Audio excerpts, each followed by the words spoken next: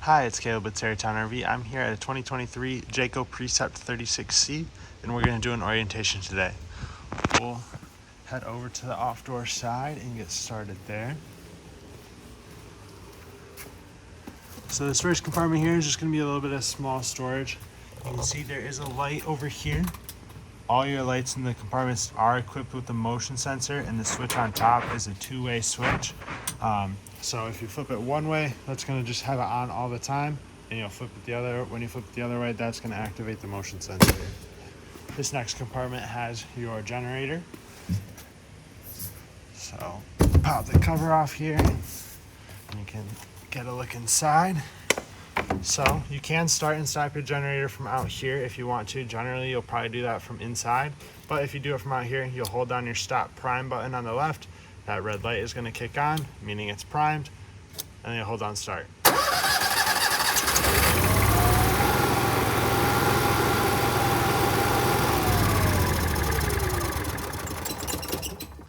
With the generator, when you kick that on, there's usually about a minute to 2 minute delay before it actually sends power to the unit. It has to go through a transfer switch, and that is where that delay comes from. But you'll hear everything kick on. Like your microwave and stuff will beep once that powers everything up.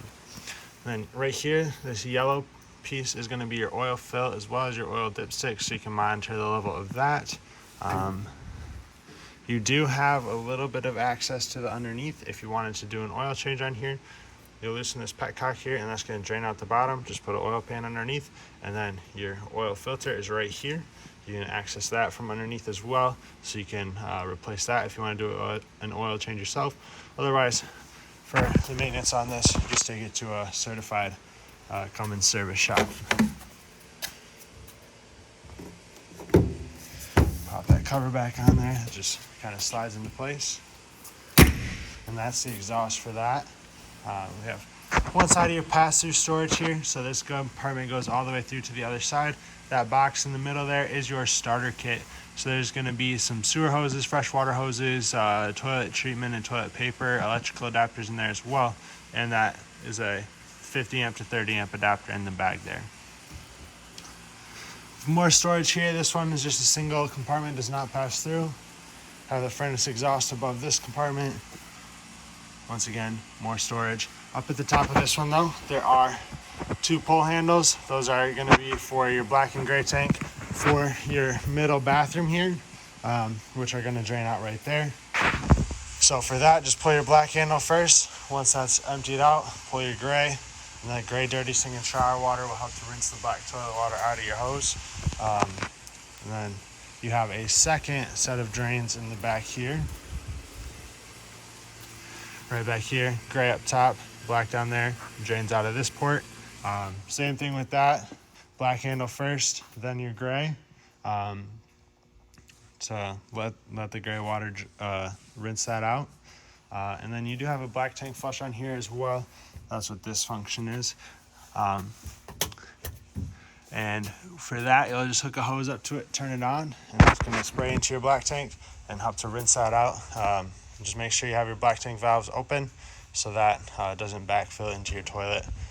And just run water through there for 5 or 10 minutes, and it's going to spray it out, get rid of most of the waste that's left in there, and help clean off your sensors so you can get more accurate readings on your monitor panel. And once you're done with that, turn off your water, close up your slide valves, and you're all set with that. For the rest of your docking station here, you have this diagram up at the top for all your different features. It looks a little overwhelming at first, but it's actually pretty straightforward. So all your water inputs are going to go through your city water connection here. And then based off of what you're doing, you'll orient the valves in that way. So to fill your freshwater tank, you'll go to power fill. You'll turn your valves like that to match up the diagram, just like that. Hook your hose up to there, turn it on, and that'll fill your tank. Once your tank is full, you'll switch over to dry camping. So you'll turn your valves like so. Turn your water pump on, which you can do inside, or you can do right here. That's going to activate that red light when it's on, and that'll create your water pressure for you. If you're hooked up to water full time, you'll go to city water, have your hose hooked up to here, and that's going to be what creates your water pressure for you. And then for winterization or sanitizing your tanks, you will use these two valves. You'll still hook up to here, but your hose, the other end of your hose is going to go into a jug of antifreeze or sanitizing solution. You'll turn your water pump on, and that is going to draw that antifreeze or sanitizing solution up through your lines or into your freshwater tank, and then you can winterize the unit. You'll see down here too, there's a valve so you can switch between your two black tanks. That is for your black tank flush feature. So when you hook up to here, you'll go to black 1, and then turn your water off before you switch this over. Whenever you turn any of the valves on there, you want to be sure there's no water pressure in the system, or that you don't have your water pump on or city water turned on. That a lot of times can cause leaks on the back side of that if you turn those valves when there's water pressure. So just be sure you don't have water pressure going. In the back here, you do also have a canister where a water filter will go. There's a tool for that to remove that and put that canister in. And then you have fresh water drain and your 2 low point drains here. So for the low points, those are going to be used for winterization. You'll open them up, it'll drain the water out of your lines, and then you can close them and run antifreeze through the system. And you do have your outdoor shower hose here with the spray nozzle on the end, and you do have input for satellite and cable up here. Those are both labeled, so if you're staying somewhere that has satellite hookup, or if you have a portable satellite dish, you'll hook that up there, or if you are staying at a place with cable hookup, that'll go there. This compartment here is where your power cord will go. It doesn't spool up or anything. You kind of just wind it up nice and put it in there. You can run it through the floor as well. That way you can close your compartment door over top of that. You have your fuel fill here. In the back, you have another compartment. This is another exhaust vent that's going to blow out hot air here.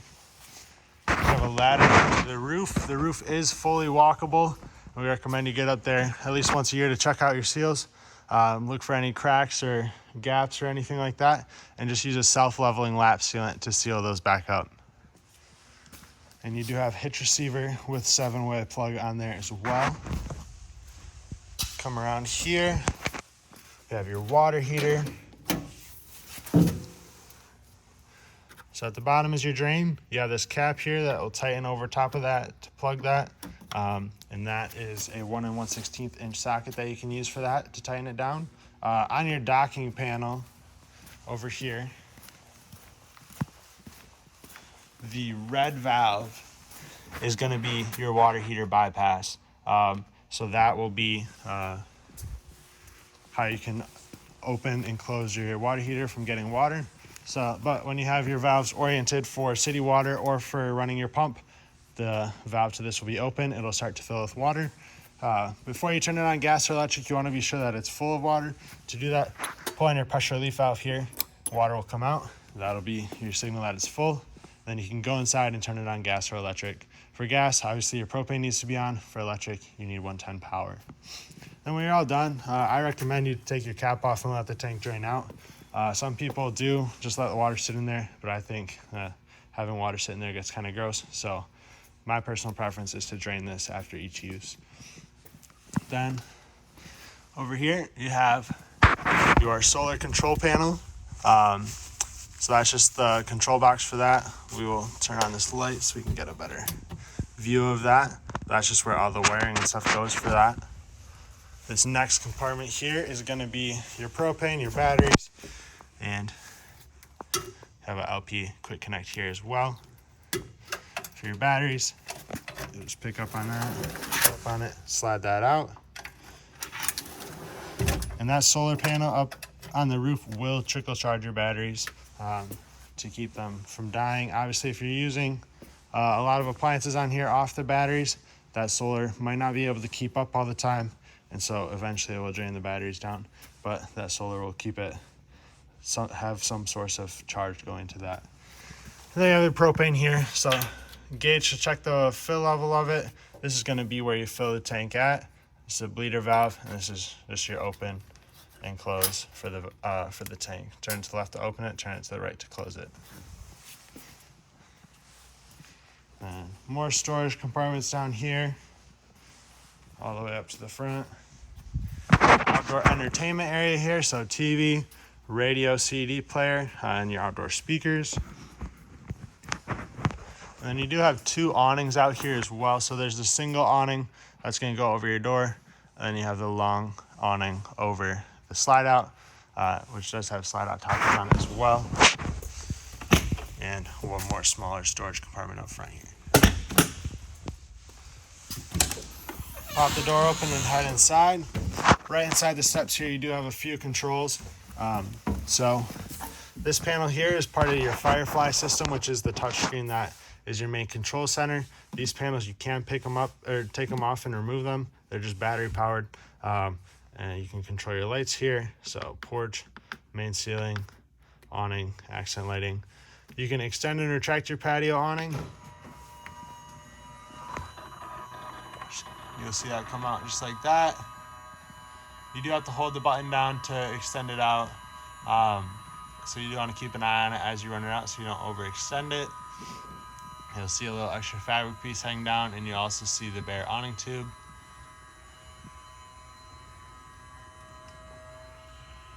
It's right there, and you'll see the awning light. So once you see that awning light, that's going to be your indicator that it's fully extended. So that's what that's going to look like. Fully extended, and you just hold down retract to retract it. You have another awning switch right here. That is going to do the small awning above the door. Once again, hold the switch down.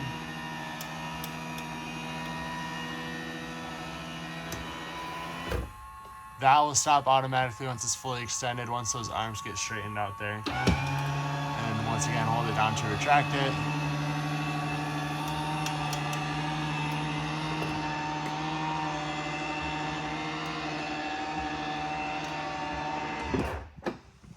Then you have a power step here. So if we turn that on, that's just going to allow the step to open and close when you open and close your door. Generally, when you get somewhere, you'll turn it off so that it just stays out so you don't have to wait for it to open and close. You have this main power switch here. If I click that, that shuts down everything inside. Turn it back on. You see the lights don't come on. You have to turn the light master on right here. And now that turns things back on. That light master does have a memory built into it. So whatever lights were on, when you turn that off or when you turn your main power off, that is gonna remember that, and it'll turn those same lights on. If you only have half the lights on, it's only gonna turn half the lights on, and so on and so forth. And then this control here is for your inverter. You got your power button down here, and then these are just indicators for your battery up top. But that inverter is going to take 12 volt power from your batteries. It's going to invert it to 110 so that you can run certain appliances and outlets and stuff off of your batteries. It'll power up your fridge because you have a residential style refrigerator on here. So that you can use that off your batteries. Otherwise, if you're not hooked up to shore power, you can always turn your generator on. That's just going to use up some of your gas. But either option will work for you. As you can see with the slide outs in, there is a slight walkway back here so you can get to your bathroom. You'll also be able to get to the Firefly control panel right here. So this is going to be kind of your main center for running everything. Up on the top, we're on the home page right here, so that's going to have access to different pages on the side. You have another light master here, or you can do some of the main lighting in here. On the right is your monitor panel, so it shows the levels of your holding tanks and your LP. So you can see all the tanks are empty, LP is full. You can turn your water pump on here, or turn your tank heaters on. So the tank heaters are heating pads on your holding tanks that are going to keep them from freezing if you're late season camping, and that runs off the batteries. Down here on the right, that is going to be where you check the levels of your battery voltage. So your house batteries and your chassis batteries are fully charged. You can start and stop your generator from here as well. And you'll see down here AGS is disabled. That is auto gen start. So if you want to enable that, you'll come up here and you'll set that to enable. You'll go to your settings here. And that is going to allow you to set different parameters for your generator to have that turn on and off at certain times. So if you want to start it at a certain time of the day, or if you want to make sure it keeps your batteries charged if they're starting to drain down, once they get to a certain voltage, you can have it kick on, things like that. one last thing on the homepage here, you can turn your water heater on, electric or gas. That's where you'll do that at. And it does show the temperature of your 2 zones in here. The next page we'll go to is the lighting. So this is just going to allow you to do individual lights. And you'll see some of them have arrows by them. If you hold those down, that is going to be a dimmer switch. So you just hold that down. It's going to be hard to see with the slide outs closed, but those lights are going to go dim and then brighten back up. And then the next page is your climate control. So you have the front and rear here. So that's going to be your front AC and your rear AC in the bedroom. Your rear AC is just going to do fan and cool. Then your front is going to do cool, and it has a heat pump built into it. So you can run heat through there, and that's going to come out through your ceiling ducts. With that, you do need 110 power, and then you can control your 2 furnaces. There's one in the front, one in the rear. Those you need propane for, but that does run off your batteries. And then you have your vent fan to turn that on and off in your front and rear bathroom. Next page will be the slide outs. So you can see there's 3 slide outs as well as the on and control on here. Everything is color coordinated, so you know which is which. So we will extend the door side first, or door side slide first. Well, driver side slide, sorry.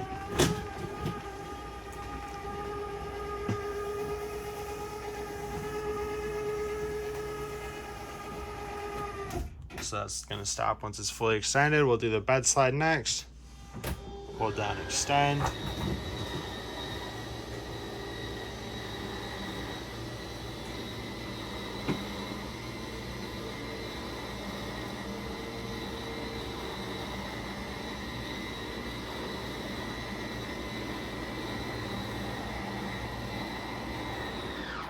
And that'll also stop once it's fully extended. And it'll do passenger slide, which is your kitchen and your booth. We'll hit extend, and that'll start to come out here. And that's fully extended. And now we can see what everything looks like fully opened up. The last page on here is going to be your settings. So there's a mobile app you can get. If you click over to this, scan this QR code, that's going to take you to the app. And then these are going to be your information, or your ID and information PIN number to sync up that app to this specific touchscreen. And that way you have everything that's on here on your phone, and you can be wherever you're at around the coach and control different things. So you can adjust your brightness on here, set a date and time. Cleaning mode is just going to shut the screen off for 15 seconds so you can clean it without accidentally pushing any buttons. Then you have the you can change your temperature, floor plans on there as well. But that's going to be everything for the Firefly system there. We'll start up here in the cockpit with everything in the driver's area. There are a couple rags they're working on cleaning things in here. But pop this table out of the way so I can squeeze in here.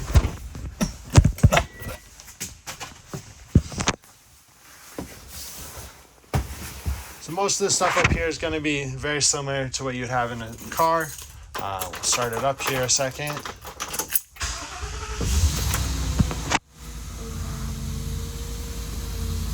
So up front, obviously you have all your gauges and everything. In the middle, you have your information center, which you can click through different functions with your steering wheel controls.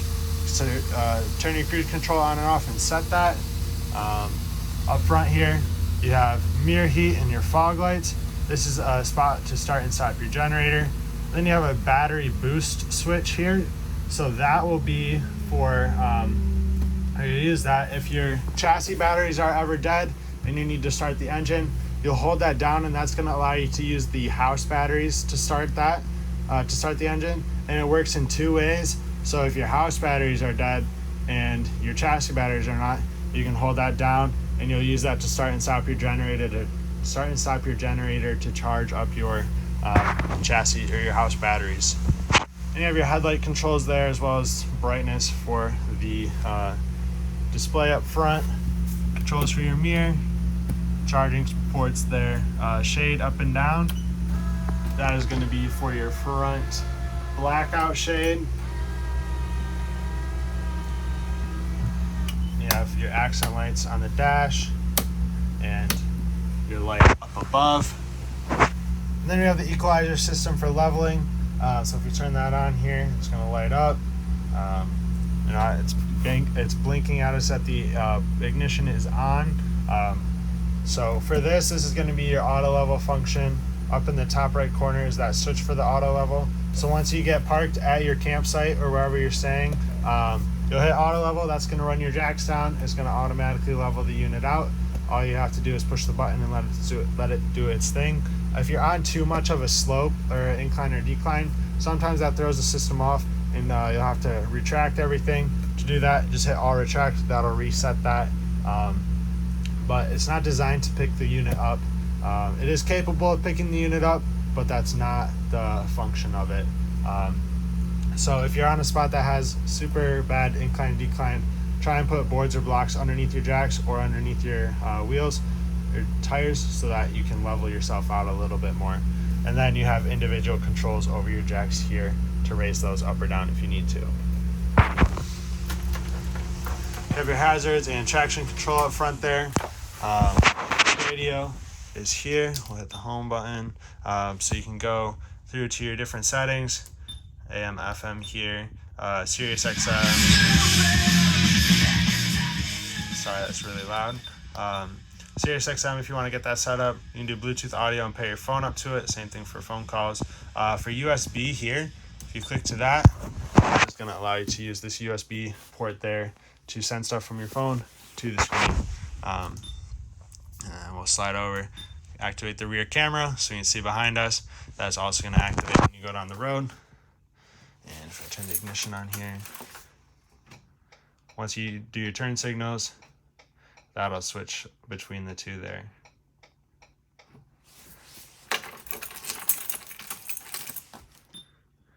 And then you can go in and change your settings, like sound settings, work to pair your Bluetooth up, things like that. And down at the bottom is going to be all your climate control things for that. Over on the passenger side here, you do have the pull-out tray table, more charging stations there, as well as 110 outlets. And then, like we saw earlier, the table to go in the middle for those. Up above, you do have an extra bunk bed. So turn the key to on, and we'll unclip it from up here. That's going to release that and allow you to run this down. Just be sure that you have your chairs out of the way. You can see this chair is too far back right now, so that's going to hit that chair. But that's how you're going to run the bed. And then we'll hold down this to run it back up. And you do want to clip this in place when it's fully retracted so that it's secured. And that also deactivates the switch. So now the switches aren't going to do anything. And then obviously turn the key off. Then you have all your seating up here. Your chairs here are power recline, and they have USB chargers in the middle of them. Same thing for this one. This is going to be a tri-fold sofa here. So you remove your rear cushions, which are tied together, and pick up in the middle here. Pick up and pull out. That leg is going to drop down, and then you'll pull this front one out towards you, and you can set that down. And then the rear cushion here will flip down, and you have a bed. You can also see your seat belts are back here, so you can stow those away under when you're not using them, and you'll also be able to get them out of there if you need to use them by picking the bed up like this. You'll fold that front leg down.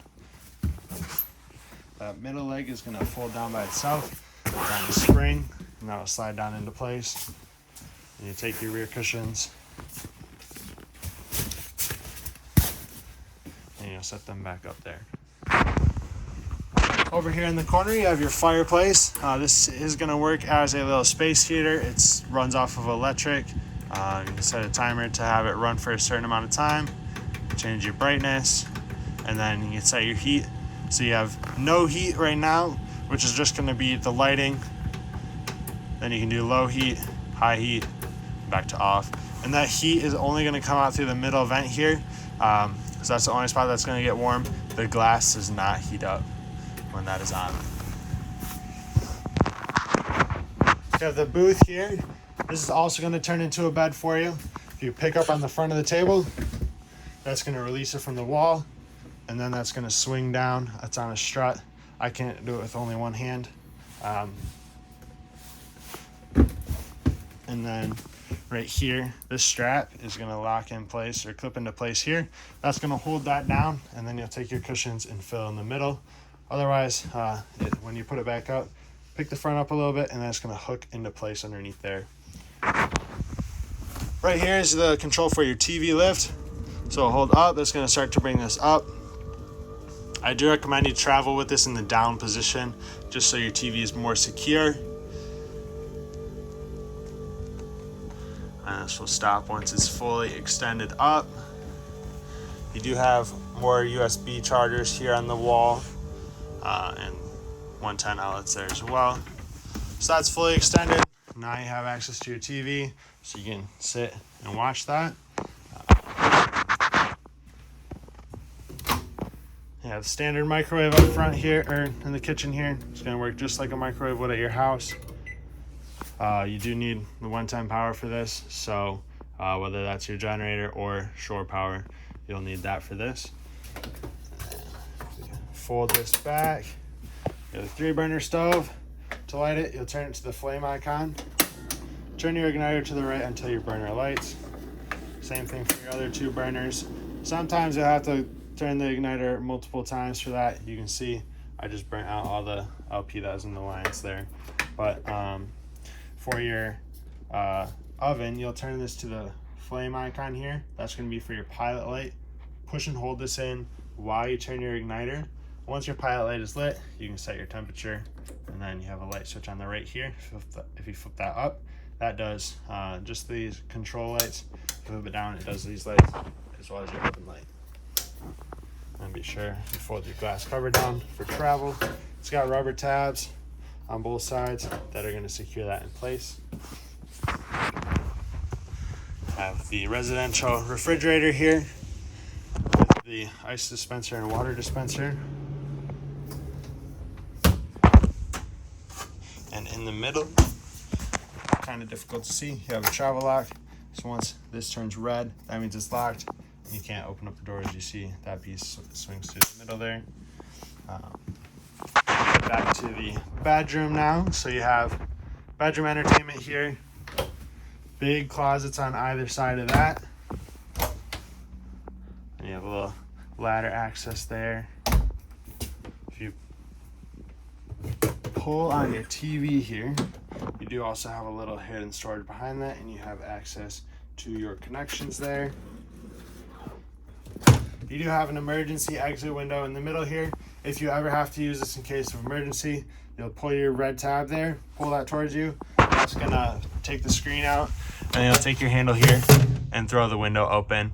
Otherwise, you can have it propped open for regular ventilation. Just be sure when you close it that you secure the latch in place there.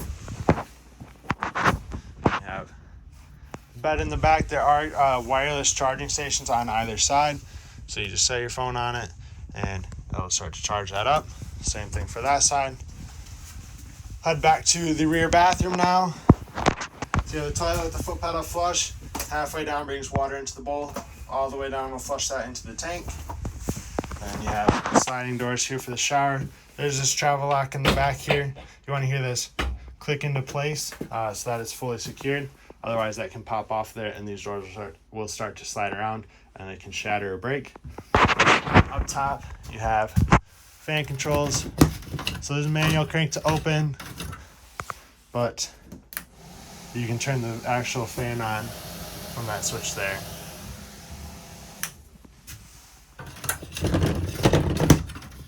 We'll secure that back down. And the last thing we have in here is the middle bathroom. So this is just going to be a half bath. Same thing, toilet with foot pedal flush. Same thing with the fan control for up top. that should be everything inside of here. Hope this video is helpful to you. If you have any questions, please feel free to reach out to us. We'd love to help you with those. And thank you for choosing Tarrytown RV.